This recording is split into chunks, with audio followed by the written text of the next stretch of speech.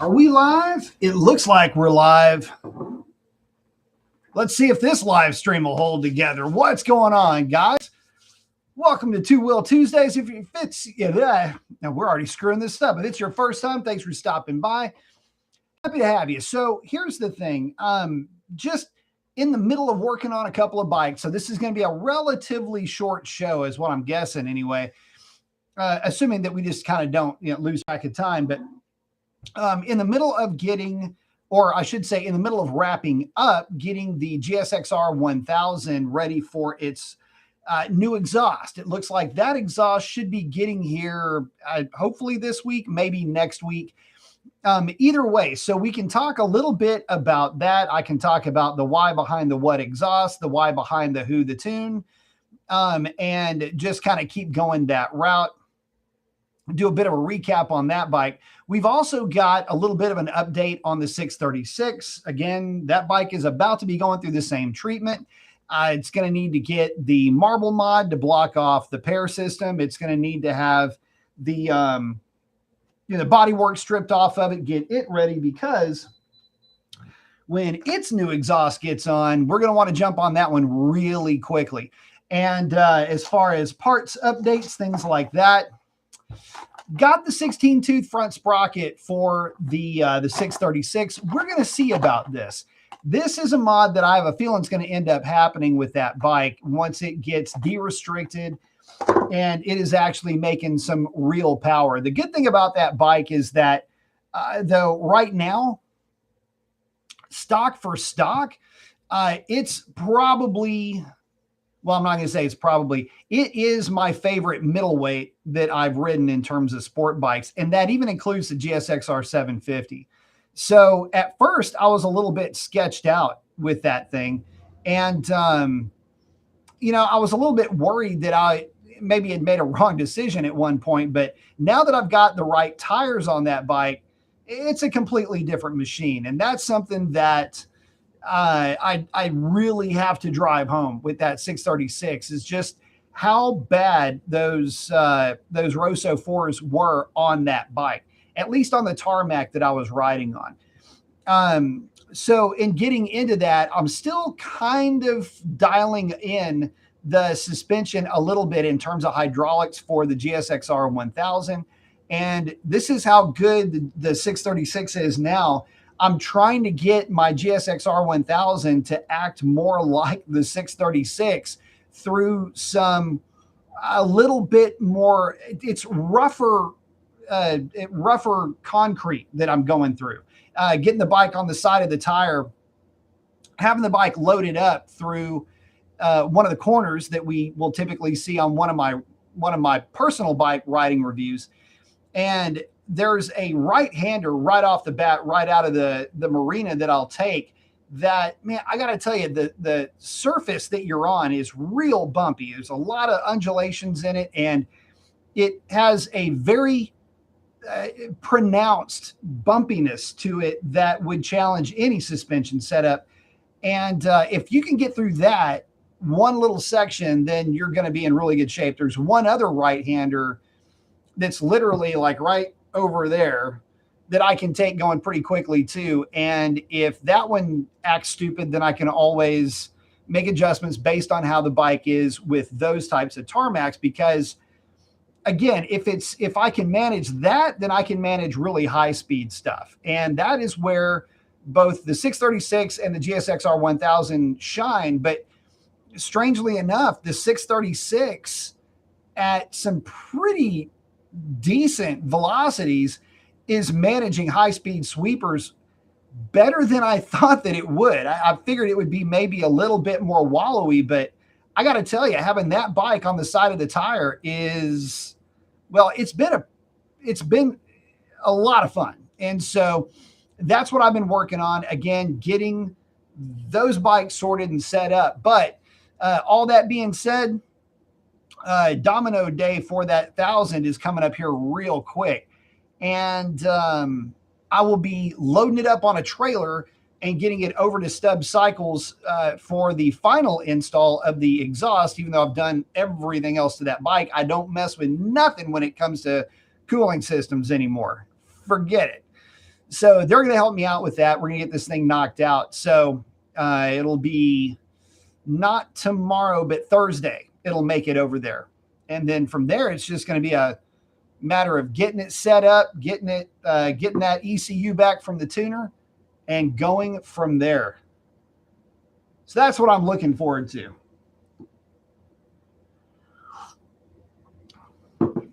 But all in, I got to say that the 636 experiment has gone both worse and better than I had expected.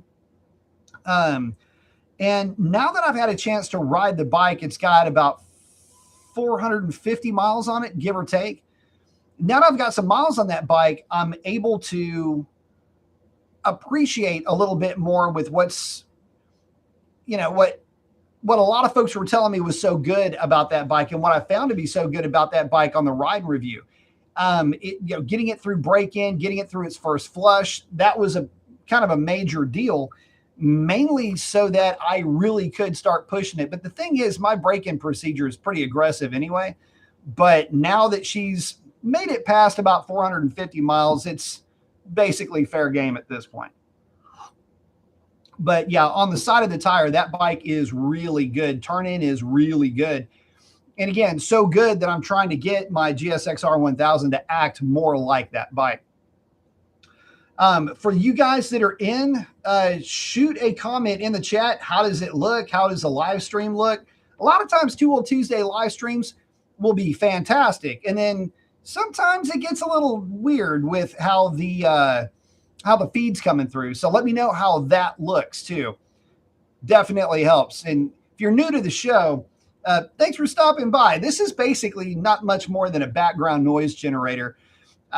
Typically, I come on Tuesdays and Saturdays and talking primarily about motorcycle stuff. What am I up to with my bikes, setups, new bikes that are coming, and some of the rumors that are coming out. And so that's another thing that I wanted to talk about. I wanted to kind of bring back up the Suzuki middleweight proposition that there's going to be a change coming for 2027. And if that ends up being the case, what is that really going to look like? What does a change for the GSX-R 600 and the GSX-R 750, what would that be? What would that end up looking like? What would the complexion of that bike or both of those bikes be if they got the Euro 5 treatment? Now, all I can say is this. I'm working on my GSX-R 1000, which is the last generation before, we see the, what will be the 2026, the Euro 5 version of that bike. But what would a Euro 5 version of a GSX-R 600 look like? Or 750? They're basically the same bike, just a little bit difference in the engine and gearing. But you get the idea. I mean, could you look at the 636 and say, okay, that is what they need to do to this bike? Different camshafts, longer runners in the intake, revised air boxes, things like that. Would that be all right? And a lot of folks, it's kind of strange too. The GSX-R middleweights, they get there's a ton of loyalty there for those bikes, mainly because the guys that own them have owned versions of the exact same bike for years and years and years. In many cases, like myself included, my 2006, not that far removed from my 2025. Same engine, some electronics are different, but aside from that, mechanically, not a whole lot separates the two bikes. So, you got to look at it from the point of view of the existing owners. That legacy motorcycle that's been around, quite frankly, for 20 years is going to be going away. And if this new bike is going to be Euro 5 for 27, remember that we're still kind of waiting on EICMA right now, which is November 6th this year, if memory serves me correctly. But we're still waiting on EICMA to get the final yay or nay if they're going to have an announcement. It's been rumored that we will. But I got to ask, for you GSX-R purists out there, would you buy one of those bikes? Would you pick up a Euro 5 compliant GSXR 600, for example, knowing that it may not make the same power as the bike that you already have, or the GSXR 750? Now, the GSXR 750 for me is a bit more of an interesting conversation. The GSXR 600 will always be good as a 600. And there's no way in the world that you would ever dream of having a GSXR 600 that wasn't at least on some level competitive with a CBR 600 or the 636. It may not be the top when it comes to power, but it's got a lot going for it. Great chassis, awesome suspension, incredible bike, but it's always going to be right there in the noise. But GSXR 750, kind of a weird bike when you think about it. It has an incredible, just grassroots level cult following. And I love it. It's one of my favorite motorcycles. It's got an amazing engine. It's got an amazing chassis. Everything about it is fantastic. The problem is that there's nothing to compare it to.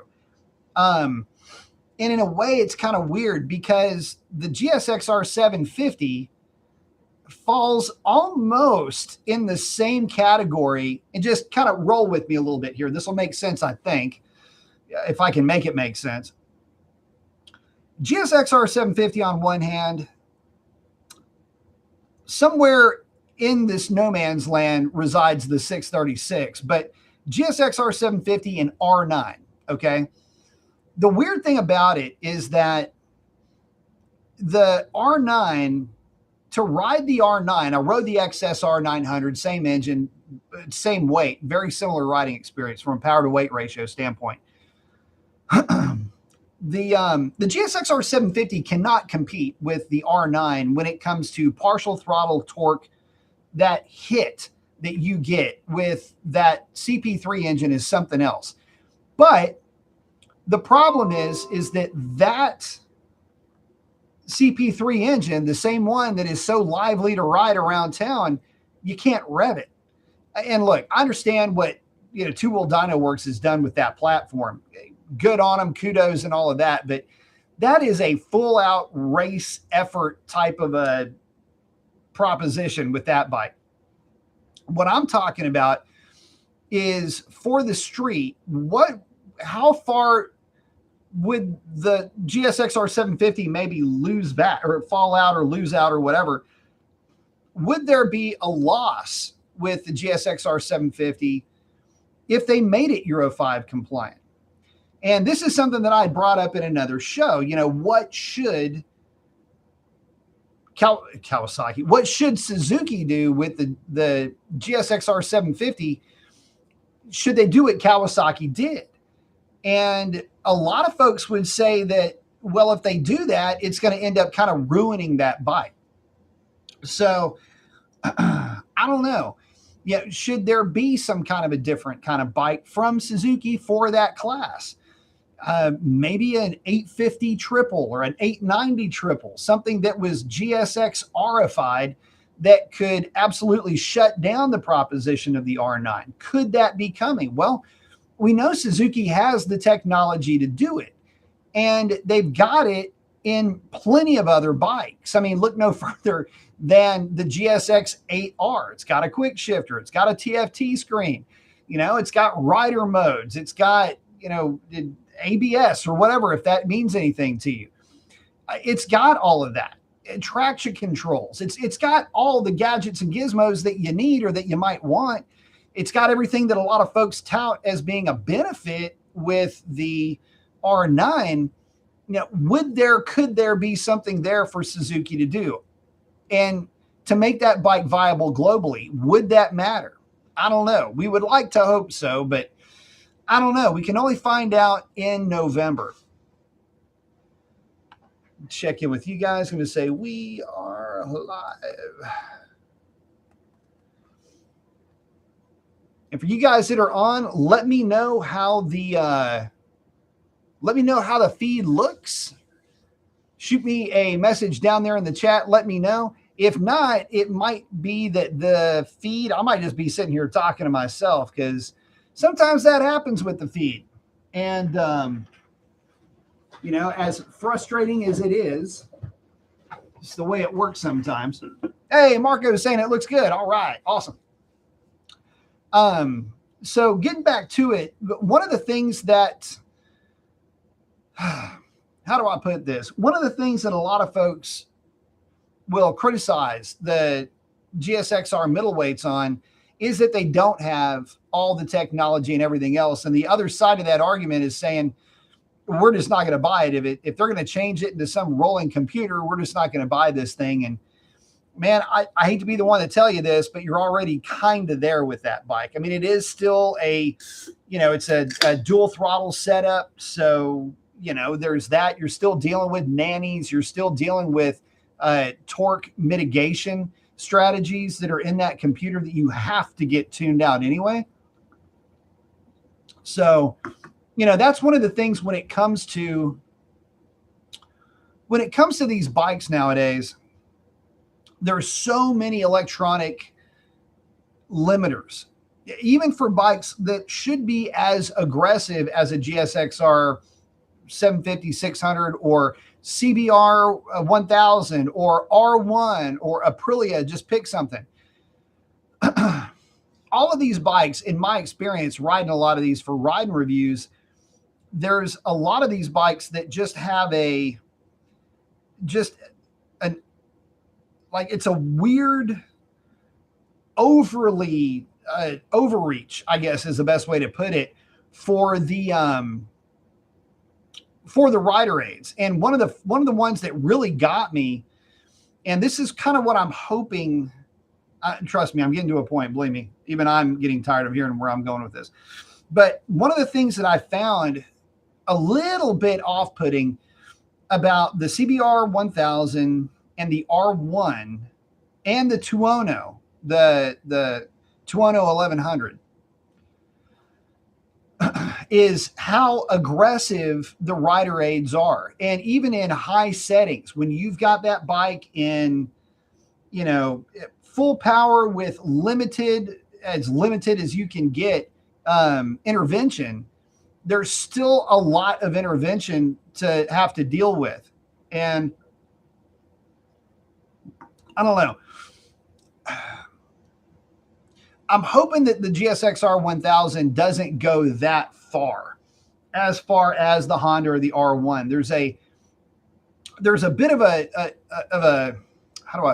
there's a very familiar feeling between the other bikes versus the GSXR 1000, in that the other bikes are proactive. They just don't let you do things like certain throttle positions at certain speeds. It just doesn't allow anything that it won't let you get to a certain throttle opening. It just doesn't do it. The GSXR 1000 allows you to whack the throttle, get to a certain throttle position. If things get weird after that, then it'll step in. The other ones, though, were a lot more proactive. And it's in that proactiveness that you really feel the intrusion. And that's the part that got me about the CBR 1000. And the R1 to a certain extent. So what I'm hoping is the GSXR 1000 for 26 doesn't have that same level of limitation, because for a lot of guys that have gotten real used to how good the GSXR leader bikes are, if you get them into that overly neutered area, that's when things can get a little bit, it can just take a lot of the fun out of riding a leader bike. I mean, if you want a bike that's limited in power, get a less powerful motorcycle. So anyway, chat's a little bit quiet tonight. So getting into some of the latest rumors, though, that is the big one. That's the one that we're all kind of waiting on. Waiting on, QJ, if they're ever going to bring motorcycles over. Again, this is one that we were talking about last time.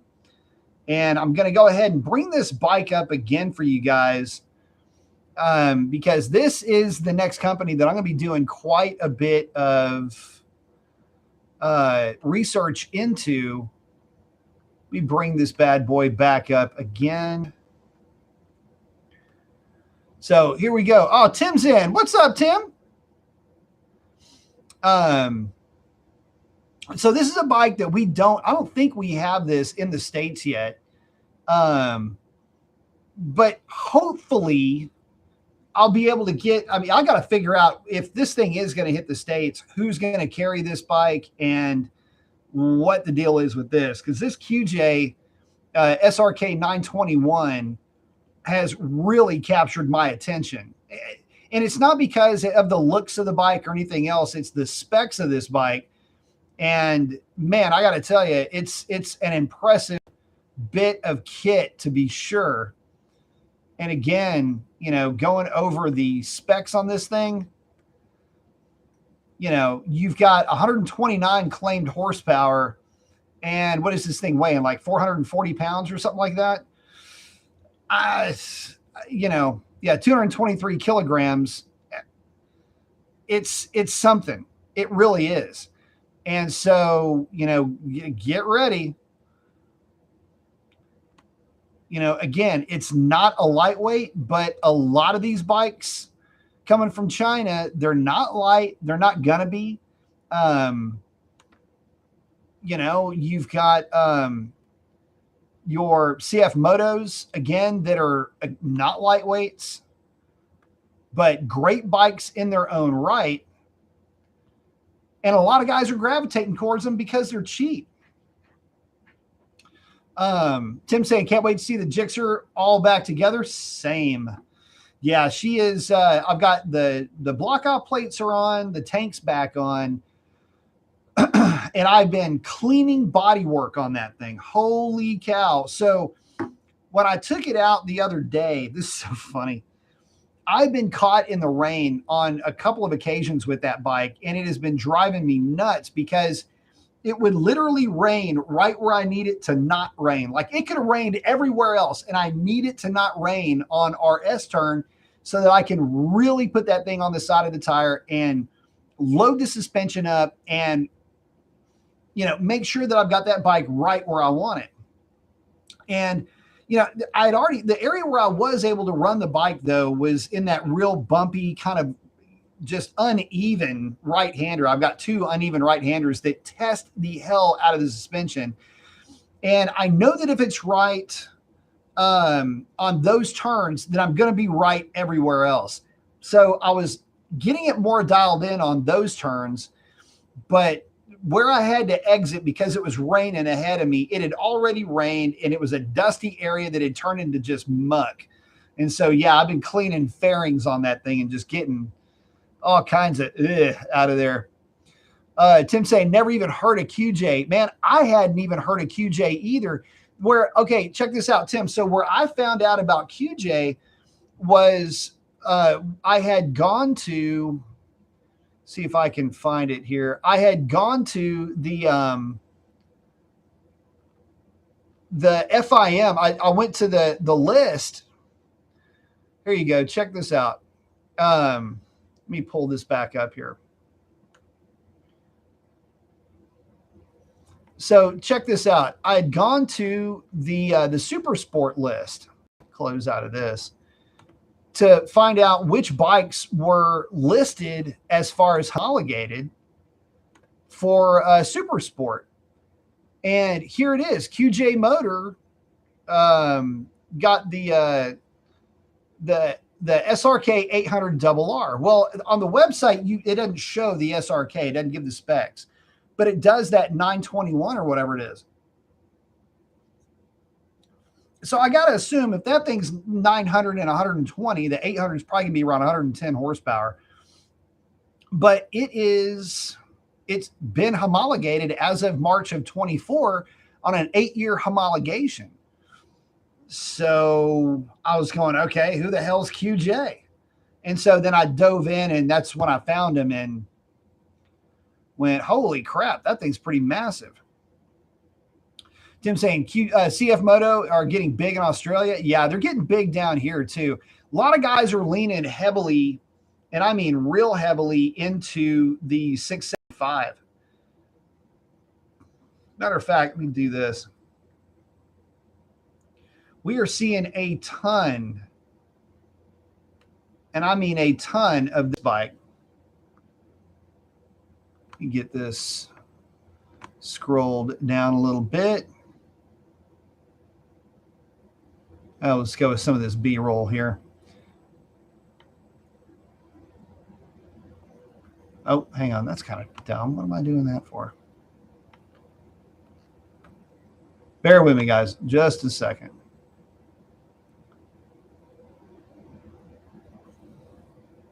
Here we go. Finally. Good Lord. All right, there we go.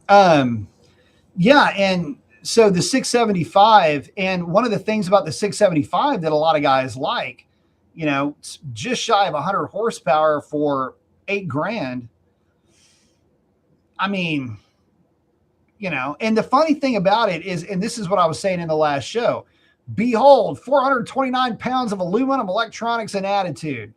They're not even trying to hide the fact this thing is heavy. They're loving it. They're like, yeah, 429 pounds. The thing is, it's not that heavy. I mean, look, a GSX-R 750 weighs 420. The GSX-R 600 weighs 418. And more importantly, the 636 weighs 430. And so this bike basically weighs identical to the 636, which is laden with Euro 5 exhaust, and that's what makes it heavy, by the way. So pipe and tune, next thing you know, you drop 15 pounds off of a thing, and now we're talking. And so in this case, you could easily get this bike down around, I don't know, 405, 410 in terms of weight. You know, you park this thing well under 200 kilos and, you know, you got yourself a fun little bike, and you're not breaking the bank at all. So Lime's in saying, almost missed it. Hey guys, hope everybody's doing well. Hope you are doing well as well, my friend. Doing a bit of a short show tonight, giving you guys some updates on the GSX-R 1000, the 636, and, you know, fingers crossed that we hear something about the Gixxers at EICMA here soon. Tim saying, I don't think I can buy one, but I guess guys 40 years ago were saying the same about Jap bikes. Now look how good they are.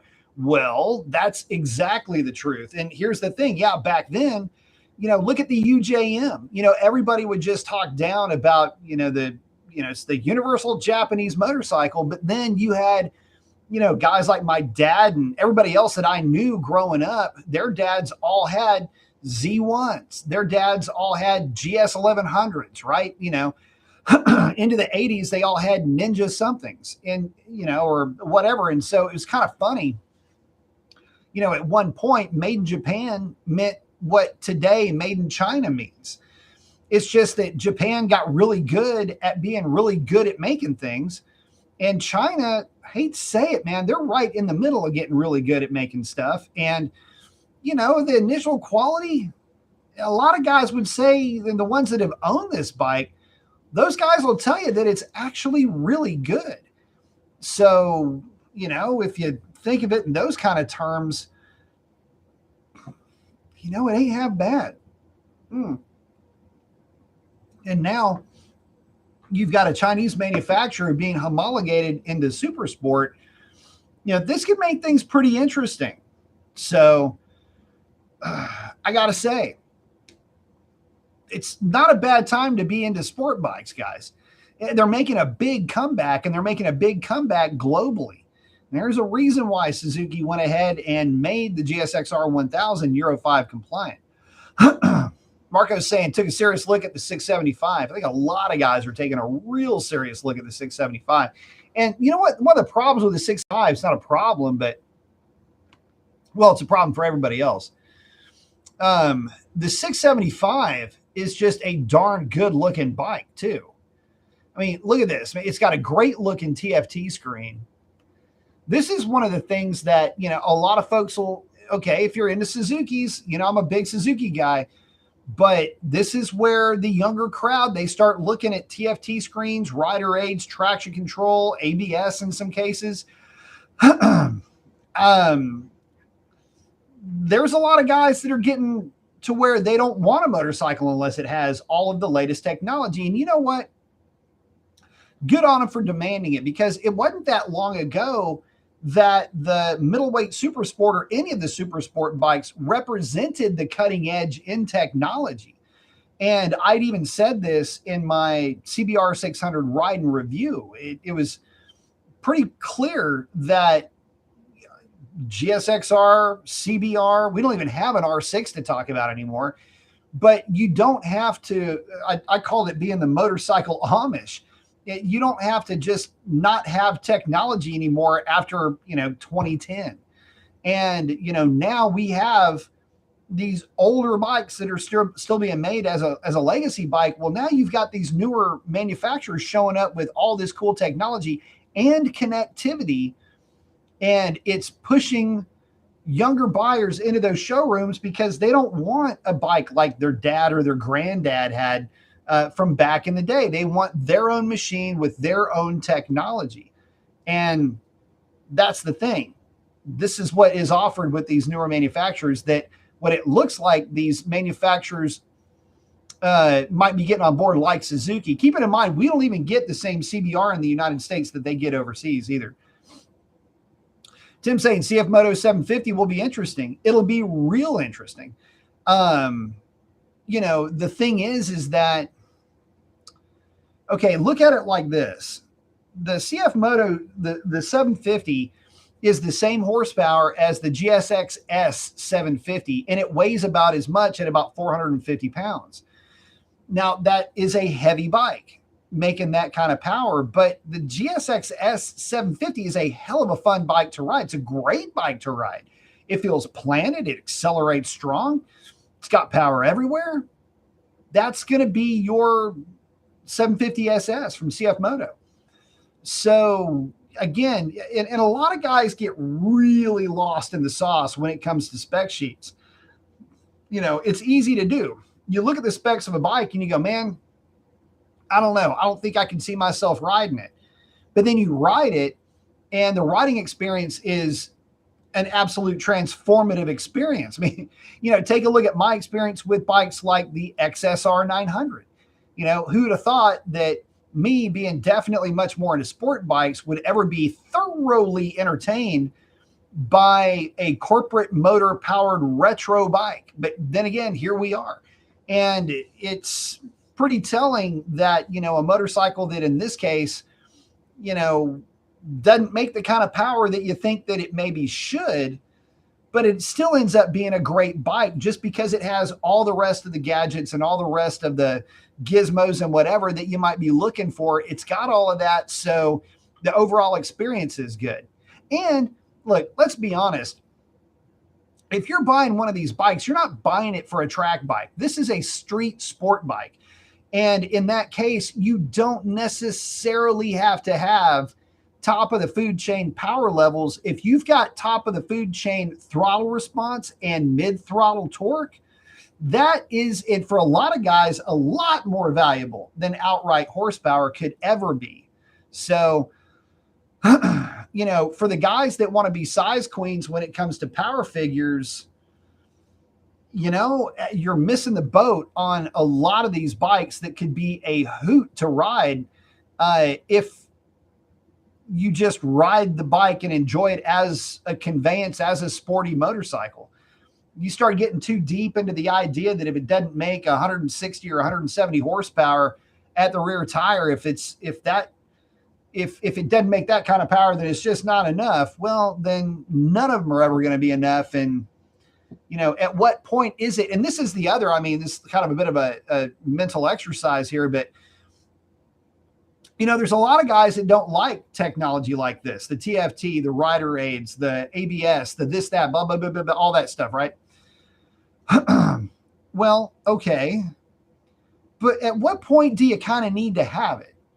It wasn't that long ago that, a race bike would not be making 150 horsepower at the rear tire. MotoGP, it was making, 200, 205 to the rear tire. And they had all kinds of rider aids. And now look at it, 250 plus horsepower. Well, you've got bikes like, the homologated Aprilia, which is making 236. You've got the RSV Factory, which is making 220. GSXR 1000, ZX10, all the Japanese leader bikes when they're de-restricted are over 200 with an exhaust, or at least right there on it. All of these bikes, real race bikes, have this kind of technology.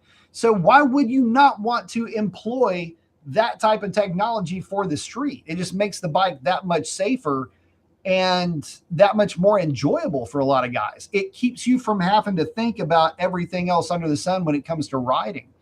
So, like I said, the younger guys, they're not having this old analog stuff. And, do I blame them? No. Look, I wouldn't have wanted that either myself. I mean, I wouldn't have wanted, if I want a sport bike, I want the latest in technology. I want everything that I can get my hands on. What am I buying here? Oh, and that's the other thing. Look at how much money you spend on a CBR 600, GSXR 6 or 750. Look at the kind of money you're going to spend and not get this kind of technology. If anything, those should be the absolute least expensive. And here it is, you've got an $8,000 Chinese motorcycle with all of the fixings and trimmings. Come on now.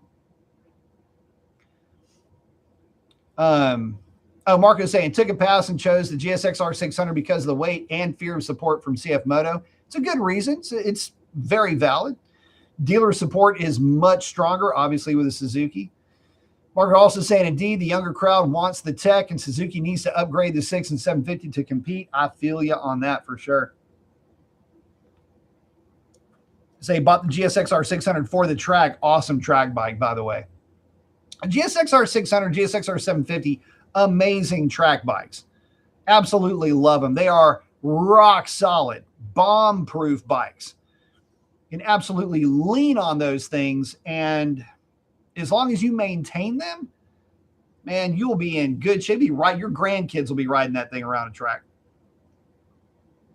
Look, I put 44,000 miles on my 06. And most of those miles were either track or up in the mountains.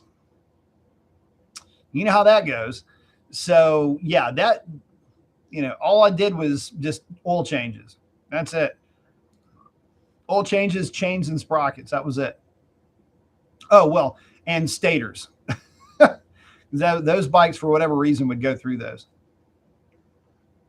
Let me see something here on the CF Moto site. Full LED lighting. 4-piston calipers on 300 mil rotors. I got to tell you, man, I mean, what's not to like about this? I mean, again, I get it. It's not, it's a good looking thing too. I mean, all kidding aside, the 675 is a darn good looking motorcycle. And I don't think that there's anyone that would argue that point. I mean, it looks like the rest of the field, right? I like it's got the black sprocket out back. It's got the vents for the rotors. It's got some racy stuff on it. Makes you feel cool when you're riding it. You're on a good looking bike. But in this little blurb right here, this right there, okay, right where it's 675 SS, starting at $79.99 MSRP, 429 pounds, 100 horsepower, comes right out and tells you what it makes. Doesn't try to hide anything. Adjustable suspension, which is a thing, by the way, because other bikes in this price category don't have that. Daytona 660, I'm looking right at you. Let's see. Winglets, kids like it. It's got a steering dampener. That's a good thing. Belly mounted exhaust lets out a growl. I like it. Full color 5-inch TFT dash, a big dash. Dual channel ABS. I mean, it's got a little bit of everything. And 2-year factory warranty. and here's the other thing, 95 horsepower. Let's say it maybe makes 80 to the rear tire. Not bad, right? I mean, 80 to the rear tire, that's what you try to get out of a GSX 8S or GSX 8R out of the 776. See, right? And this bike will do that stock. And it'll do it at that price, $8,000. Dude, I'm telling you, it is a kick-ass bike for the money, for any of it. And I got to tell you, the more I see it, the more I like it. Other manufacturers really kind of do need to take a page out of what CF Moto is going on about. Fully adjustable. Look, if Triumph dropped something like this for the Daytona 660, I would be like, okay. I mean, I guess they're making the same power. They're all but the same displacement. They need to make that. Ryan's in. What's going on, man? Hope things are going well for you, bud. But yeah, I mean, again, you look at where the Aprilia 660, you look at the Daytona 660. Both of those bikes are really good. Aprilia is at the top of that food chain. From there, you go, CBR 650, but you can't get that bike without the E-clutch. And shit, I mean, then you've just got these bikes. And that's it. And the other thing is this thing's going to check in about $1,000 less than that Daytona 660. I don't know, man. It's again, and a lot of guys have this thing, well, it's a Chinese motorcycle. Do y'all know how many parts of your bikes and how many other things are made in China or India for that matter? So, it's right there. It's right there on the screen. Reasons why you would maybe want to buy this thing. And they're just going to get better from here. In another 4 to 5, maybe 10 years, this thing's going to be, these manufacturers are going to be way up there in terms of quality and compatibility.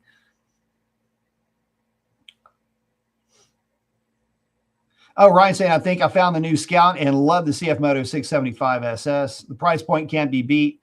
Looks are on point. Plus the aftermarket is picking up. Absolutely it is.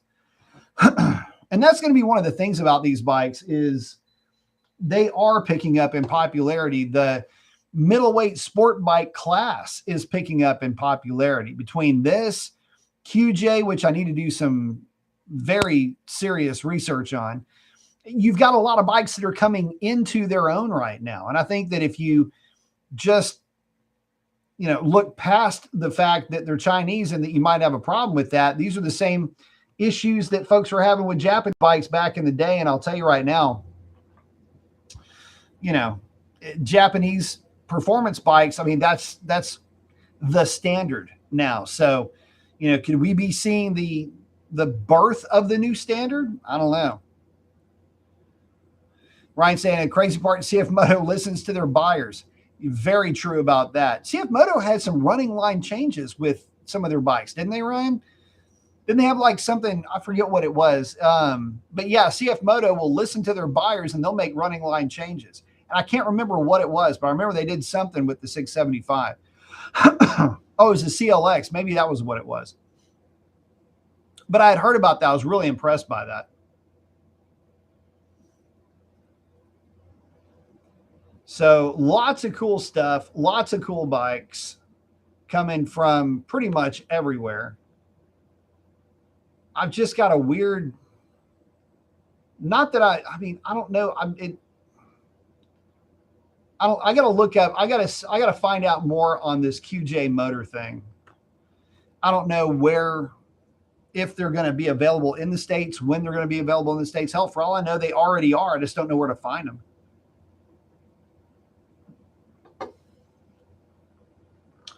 But with that, guys, we're coming up on about 45 minutes. I have got to get back to work. I wanted to jump on here real quick and touch base with you guys. Ryan saying, looking at a Royal Enfield Shotgun 650, throwing a big bore kit on it. Yeah. Royal Enfield, I'm telling you, that new Continental GT 750, that bike's calling my name. I love bikes like that. But with that, guys, though, I do have to wrap it up. But listen, I appreciate each and every one of you guys jumping on tonight. Listen, get out there and do something cool for somebody. Chances are they need it way more than you know. And with that, guys, I'm going to get out of here. We will see you guys on Saturday.